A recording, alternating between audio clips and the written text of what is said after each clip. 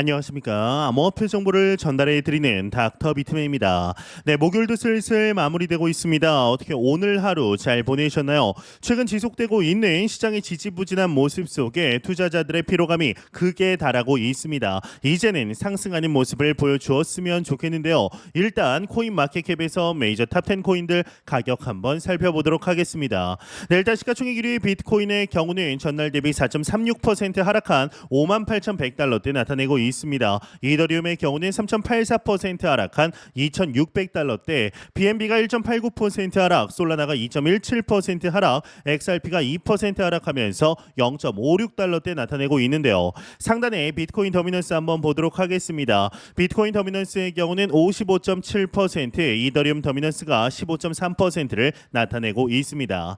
네, 베스트셀러 경제서적 부자 아빠 가난한 아빠의 저자 로버트 키요사키가 세계 경제에 대한 심각한 경고를 내놓으면서 역사상 가장 큰 시장 붕괴가 올 수 있다라는 예측을 하게 되었습니다. 260만 명의 팔로워를 보유한 기요사키는 본인의 엑스닷컴을 통해 미국 경제 정책이 현재 상황에 제대로 대응하지 못하고 있으며 이로 인해 경제가 추락할 가능성이 높다라고 주장하게 되는데요. 이 기요사키는 이번 대규모 시장 붕괴와 그로 인한 불황을 준비된 사람들에게는 이 좋은 기회가 될 수 있다라고 보고 있으며 과거 베트남에서의 경험을 바탕으로 어려움에 대비하는 것이 중요하다라고 강조하게 됩니다.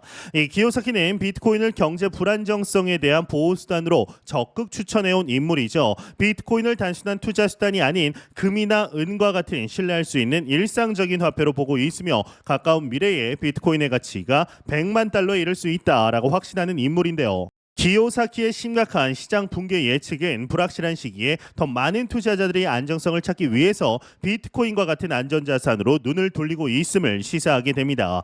이에 시가총액 2위의 부대장 코인이죠. 이더리움의 폭락을 경고한 애널리스트의 분석이 나왔습니다. 베테랑 암호화폐 트레이더이죠. 피터 브렌트에게서 소식이 나오게 되었는데 자세한 내용 함께 보겠습니다. 헤드라인을 보도록 하겠습니다. 헤드라인 보게 되면 베테랑 트레이더 이더리움 폭락 경고, 이더리움 목표가 1651달러 제시했다. 헤드라인이 장식이 되어 있습니다.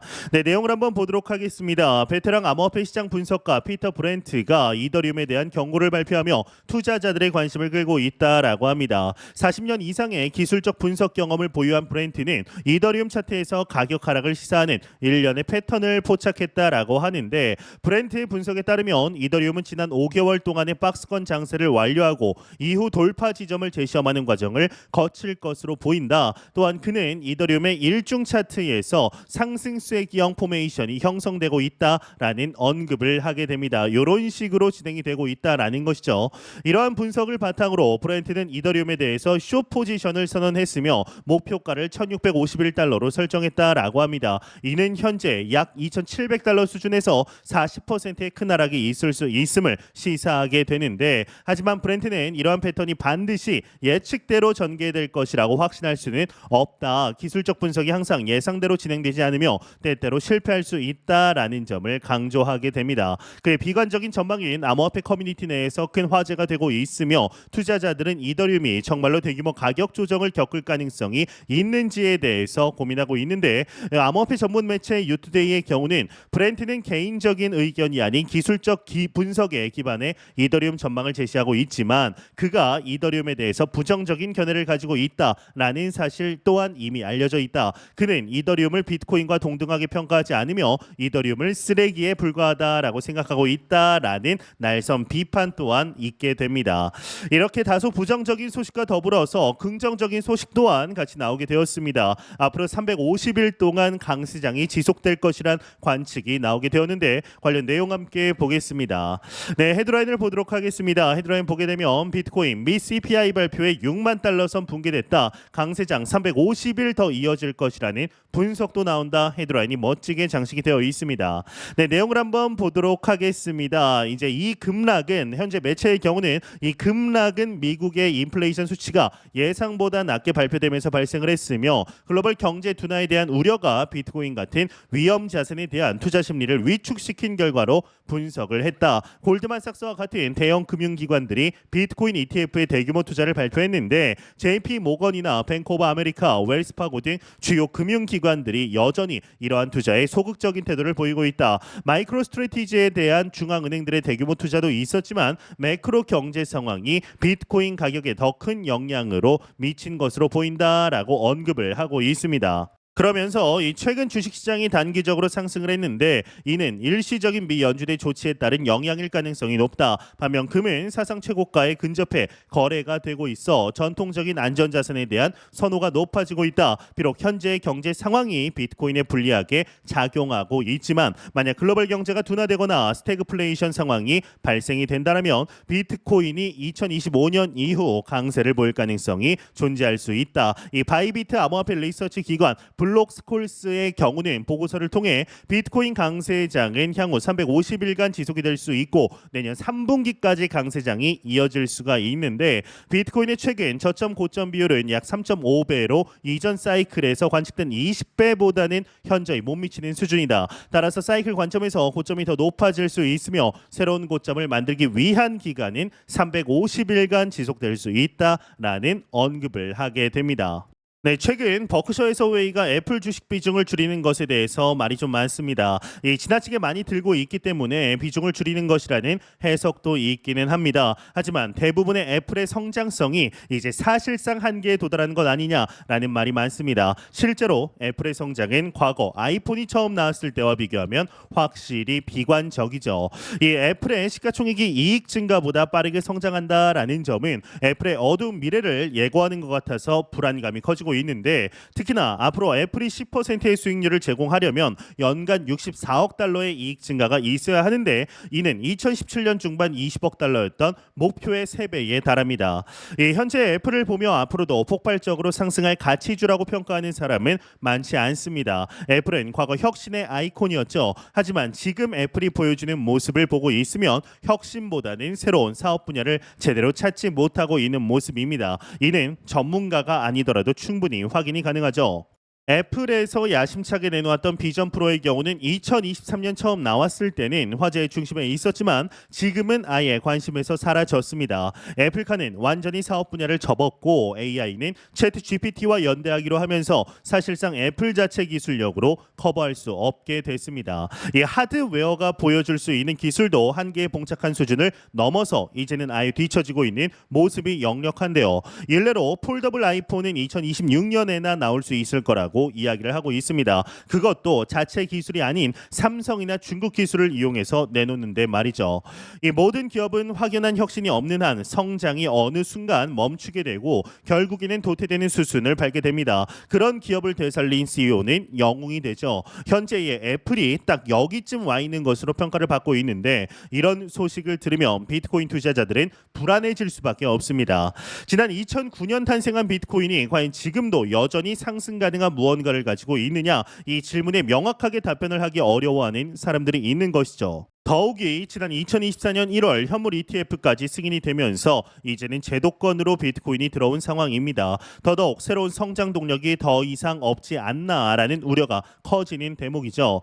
이 설상가상 규제와 과세 관련해서 전 세계에서 점점 더 비트코인과 크립토를 옥죄어 오는 모습입니다. 이렇게 되면 성장성이 둔화될 것이라는 생각이 드는 게 자연스러워 보이기까지 합니다. 실제로 플랜 B의 스톡 투 플로우 모델을 보면 성장률이 점점 낮아지는 것을 확인할 수가 있습니다. 제로에서 시작해 지금의 6만 달러 근처에 된 비트코인에게는 어쩌면 가장 해결해야 할 숙제라고 볼 수가 있는데 하지만 우리가 명백하게 알아야 할 것이 있습니다. 이 비트코인은 기업이 아니라는 점이죠. 이 사업성을 따져서 가격이 매겨지는 게 아닙니다. 기술로만 따지면 계속해서 후속으로 나오는 알트코인들이 훨씬 더 뛰어납니다. 하지만 비트코인의 입지는 흔들리지 않죠. 비트코인이 가지고 있는 내러티브와 상징성 때문인데 비트코인은 자산으로 여겨지지만 대부분의 알트는 자산보다는 투기처로 여겨지는 것도 이 때문입니다. 많은 사람들이 비트코인을 가치 있다라고 여기는 믿음이 존재한다는 사실이 중요한데요.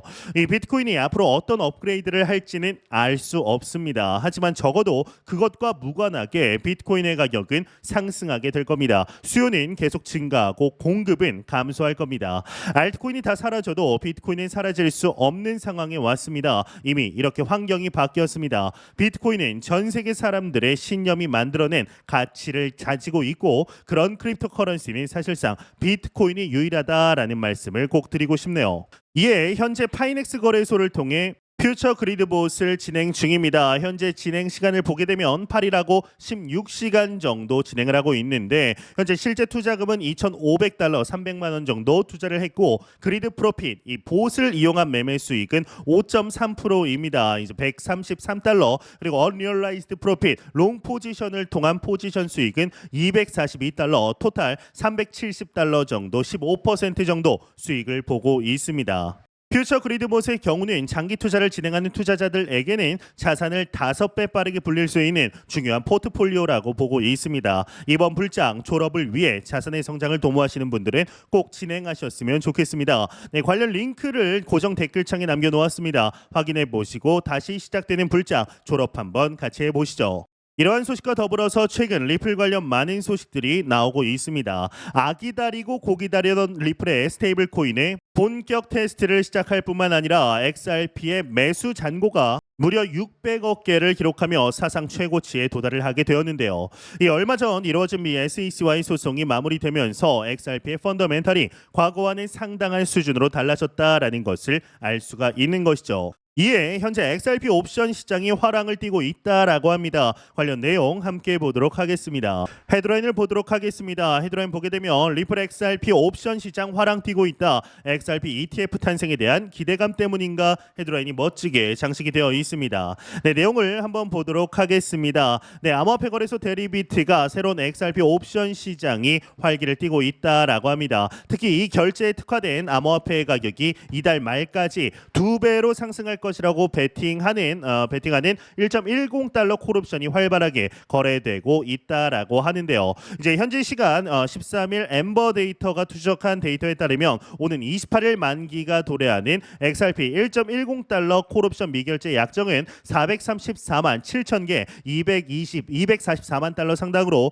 데리비트에서 거래 가능한 XRP 옵션 중 가장 인기가 높다라고 합니다. 이 금액은 설립된 지 5개월밖에 되지 않은 옵션 시장에 있어서는 매우 큰 규모라고 하는데 이른바 오픈 포지션인 지난 5개월 동안에만 83만 8천 개가 증가를 했다라고 합니다. 감마 분포를 보면 30일 만료되는 순매수 포지션으로 보인다. 지난 2주 동안 0.75달러 저항선을 돌파할 수 있다라면 XRP 가격은 1.10달러 이상으로 상승할 가능성이 높다라고 밝히게 되었습니다. 이제 이 외의 내용은 그리 중요하지 않아서 넘어가도록 하겠습니다.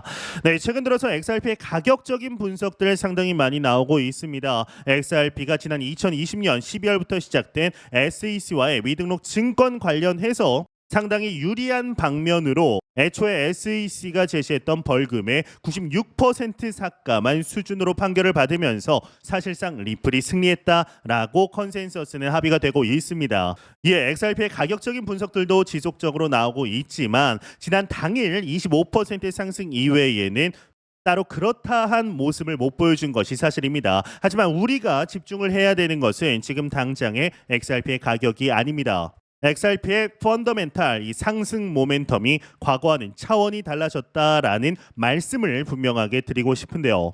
다시 상승 사이클이 재시작된다라면 유례 없을 정도의 폭발적인 상승세를 충분히 나타낼 수 있을 것이다라고 생각을 하고 있습니다.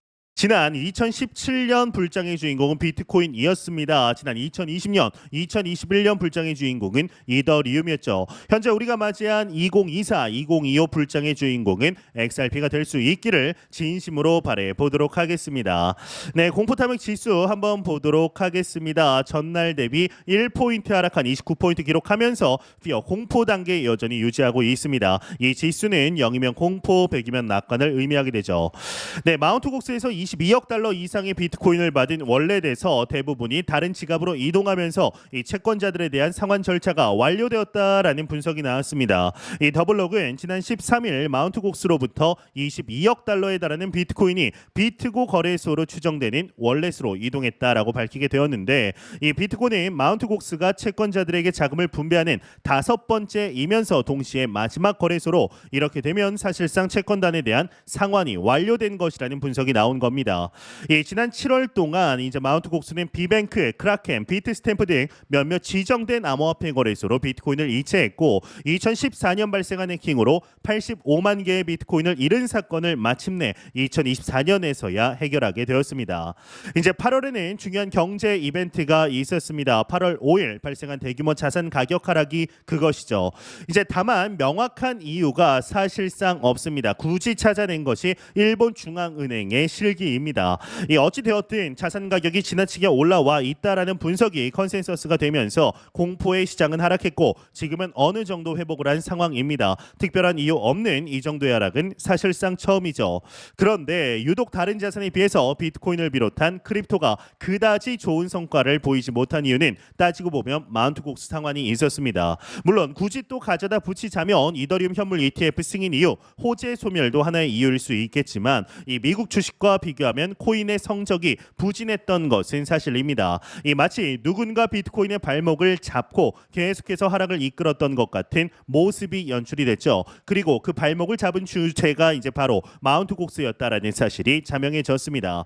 반감기 이후 비트코인 가격이 완만한 움직임을 보일 것이라고는 어느 정도 예측을 했지만 과도하게 큰 하락과 조정이 발생했던 여러 경우가 있었고 그 사이사이에는 마운트곡스가 있었습니다. 이제 비트코인은 상승하는 데 방해가 되는 중요한 장애물 하나를 해치울 수 있었습니다. 물론 마운트곡스 때문에 비트코인이 시장에 대규모 매도 물량으로 나오게 되면 또다시 하락할 겁니다. 하지만 끝이 있는 하락이라는 것이 중요합니다. 당장의 악재보다 불확실성이 더 큰 문제이기 때문에 불확실성이 해소되었다라는 점에서 비트코인은 큰 전환점을 맞게 되었습니다.